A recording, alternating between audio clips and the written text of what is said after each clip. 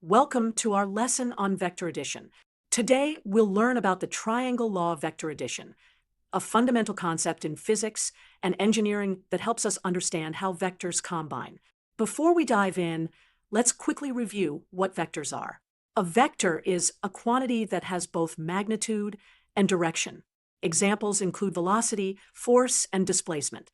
We represent vectors as arrows, where the length of the arrow shows the magnitude, and the direction of the arrow shows, well, the direction of the vector. When we need to add two vectors, we can't simply add their magnitudes because direction matters. That's where the triangle law of vector addition comes in. Let's see how it works with a simple example. The triangle law of vector addition states that when two vectors are represented as two sides of a triangle taken in the same order, then the third side of the triangle represents the sum or resultant of these two vectors in magnitude and direction. Let's walk through this step by step. First, we draw vector A from our starting point, making sure to maintain its magnitude and direction. Then, we draw vector B starting from the head or endpoint of vector A. Finally, the resultant vector R extends from the starting point of vector A to the endpoint of vector B, completing the triangle. Let's look at a practical example. Imagine a boat crossing a river. The boat's engine provides a velocity of 4 meters per second towards the east, while the river current is 3 meters per second flowing south. What is the resultant velocity of the boat?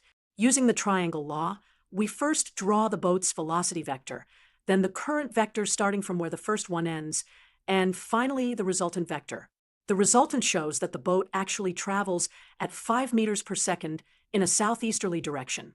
Mathematically, we can calculate the resultant vector's magnitude using the law of cosines. If we have two vectors A and B with magnitudes A and B separated by an angle theta, the resultant vector R has a magnitude R given by R squared equals a squared plus B squared plus 2 of cosine theta.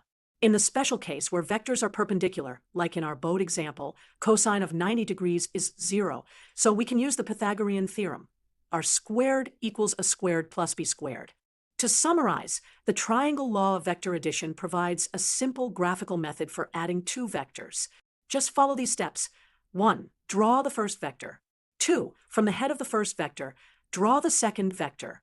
3. Complete the triangle by drawing the resultant vector from the tail of the first vector to the head of the second vector. Remember, this method works because vectors obey the commutative property. A plus B equals B plus A.